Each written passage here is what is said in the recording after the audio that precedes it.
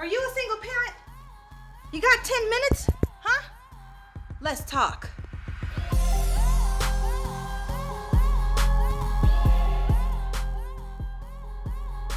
Hey there, you authentic parents. It's Joy here. And I'm so glad that you're walking in freedom now. And you're not carrying that shame and guilt along with you anymore. Hallelujah. So now that we have established freedom, let's go ahead and get that foundation set. Okay, so to build a healthy foundation as a single parent, there are two pillars, and those two pillars are respect and grace. Now, these two things apply to any type of parent, but especially to single parents. In my next video, we'll talk about grace, but in this video, we're going to talk about respect. Okay, to start off with talking about respect, I'm going to tell you a little story. So when my eldest daughter, Emily, was turning 11, or she just turned 11, I was noticing her starting to change a little bit. And not in a negative way. It wasn't anything bad, but I noticed that she was changing. Okay.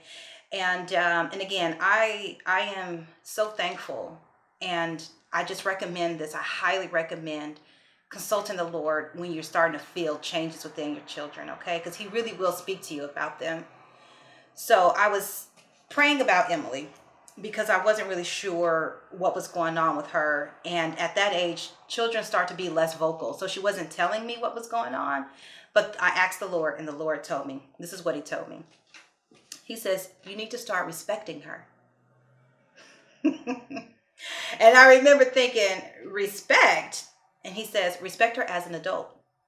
And I remember thinking, she doesn't deserve my respect. She's a child. She needs to know how to respect me. And then the Lord started telling me, no. Initially, children respect their parents automatically. It comes automatically when they're a child. They want to follow you, and they believe everything you say, and they want to be around you all the time. They think you're the coolest person ever, because you are. But then there comes a time as they begin to age.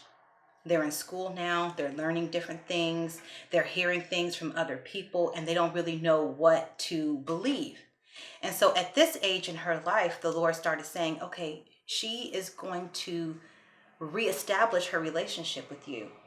Basically, I was going to have to build the level of respect all over again. Whereas before she gave it to me freely, now I was going to have to earn her respect by being integrous. And what does that mean? I had to start meaning what I said and saying what I meant. I had to start living out godly principles. I had to learn how to not just treat her like a child, as if she were insignificant, and that whatever I did wasn't affecting her. But at this point in her life, the Lord was saying, no, everything you do matters now. I needed to I had to start listening to her day and how things were with her, and showing interest in the things that interest her.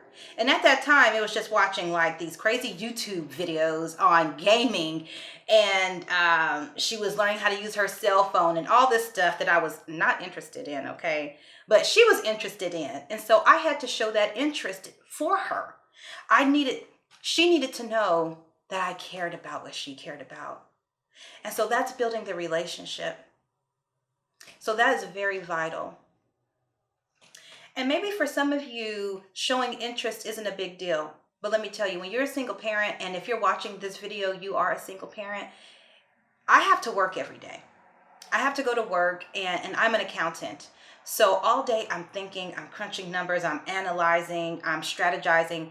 This is my day. So I'm using a lot of emotional energy while I'm at work. So when I come home, I'm usually emotionally drained. And so to show interest, which means I had to sit there and I had to listen, I had to be engaged in what she was saying. Now, let's keep in mind that I have 3 children. This is just one we're speaking of. I had to be intentional about my interest in what she was doing. That developed a better relationship. So when it was time for me to say no to something or to discipline her on something, it was easier for her to receive the no as well as receiving the yes, because she knows that I love her. again, after she reached a certain age, I had to reestablish the relationship with her. And not only that, so it created a higher developed level of respect for her toward me. And in turn, I was able to see her as no longer just a child, but a developing adult, as a young lady turning into a young woman, and eventually she will be a woman. And so in First Peter, he talks about showing respect to all people. And children are people, okay? We got to remember they are people. So yeah, so I had to learn that. So I spent some time building this relationship of respect, going both ways with all of my children. Once I received it on my eldest, I was able to implement that with my other children. So I became very consistent. And consistency is extremely important. You have to do the things you say you're going to do. And there has to be consequences to decisions. And so with that, it reminds me of a time when my middle daughter, she was having an issue with fibbing, with not telling the truth. And so I had kept dealing with her on that. Like, there were many, many punishments. Well, one time she was at school and I received a phone call from her teacher. And her teacher said, "Hey, I have some paperwork that I sent home to you to sign. Kendall gave me this paperwork and it has your signature on there, but I don't believe it's your signature." So I asked your daughter, and your daughter said that yes, this is your signature. "But I just have a feeling that it's not, and so that's why I'm calling you," says the teacher. So I'm like, oh, she ain't sent me nothing. I don't know what you're talking about. Put her on the phone. So she put her on the phone. And so my baby girl on the phone, and she is bawling because now she's caught, right? And so she says to me, she says, "I lied." She admitted to lying, but then she goes on to say, "I'm really sorry, and I know the consequences of my bad decision." Hallelujah. I couldn't believe it. As she was saying that, I'm replaying it. I'm trying not to laugh as I'm on the phone with her because I can hear her. She's bawling, right? And I know the other kids in class must be looking at her. But she said, "I know the consequences of my bad decisions." The only way a child can say something like that to you is if you've built a rapport with them.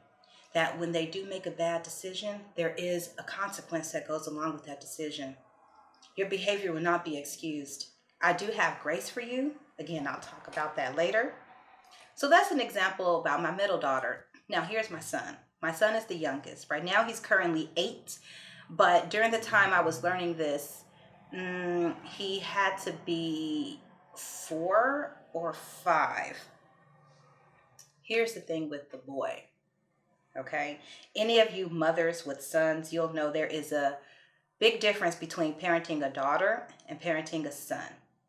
As it relates to respect, the girls didn't really require it until they became older. Again, my eldest daughter was 11 when the Lord started speaking to me about respecting her.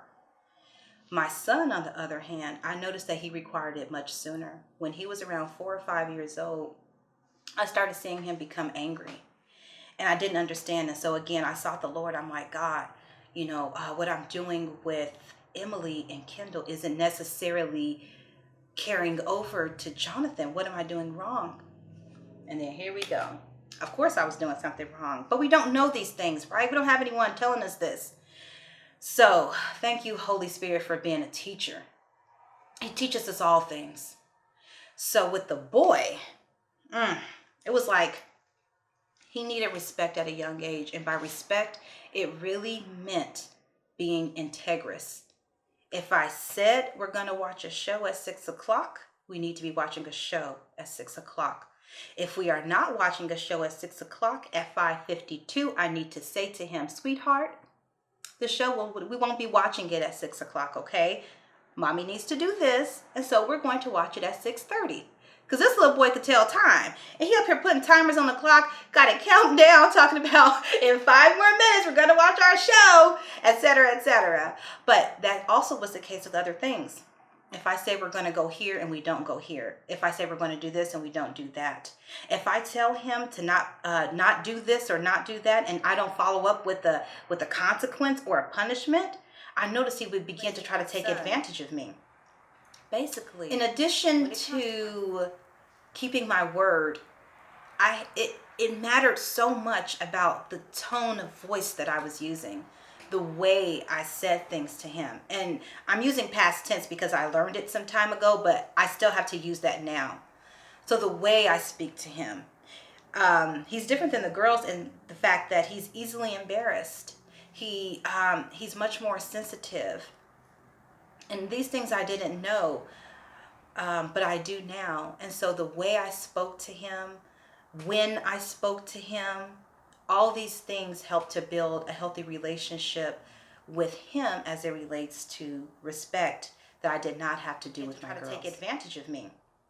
Basically, when it comes to my son, I had to learn to respect him, which means being integrous, being reliable, me being dependable, me being consistent. This is what I mean when I say respect towards your children. These things together help to build a healthy foundation of respect and a healthy relationship. Because as a single parent, you don't have someone else in your home to bounce things off of.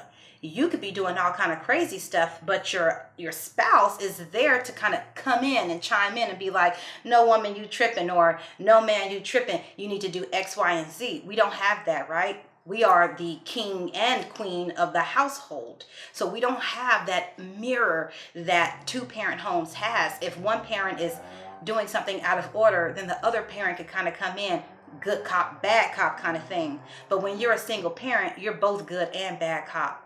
Which is why establishing a healthy relationship and establishing respect early on, consequences, being integrous, being available to them, being interested in what they're interested in, and keeping your word are vital, okay? So I hope this was helpful for you. And if you are dealing with this issue right now or struggling with it, look, seek the Lord. That's what this is about. Seek the Lord in these things. So my goal is to help you. My goal is to help single parents, and that's what I'm here for. So I hope this was a blessing to you. And if you like this information, please go ahead and like it, okay? Share it with your other friends. Share it with other single parents. So next day, we'll be talking about grace and how to build that foundation as well. All right? Be blessed, authentic parents. We'll see you next Tuesday.